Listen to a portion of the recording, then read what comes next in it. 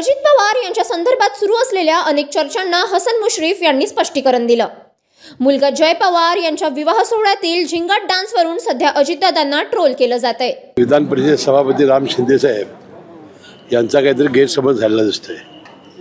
आपल्याला माहिती आहे की 2022 2 जुलैला आपले नेते अजितदादा पवार यांच्या नेतृत्वाखाली राष्ट्रवादी काँग्रेस पक्षाची विभागणी झाली आणि आम्ही अजितदादांच्या नेतृत्वाखाली महायुतीला पाठिंबा दिला आणि सत्तेमध्ये गेलो।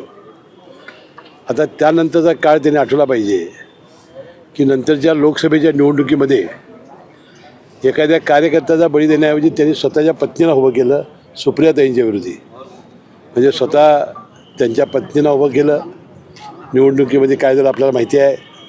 यामध्ये डान्सचा कुठं विषय आला, त्यानंतर विधानसभेची निवडणूक झाली तर स्वतःच्या पत्नीच्या विरुद्ध त्यांना लढणं भाग पडलं। 1 लाखांनी त्यांचा पराभव झाला।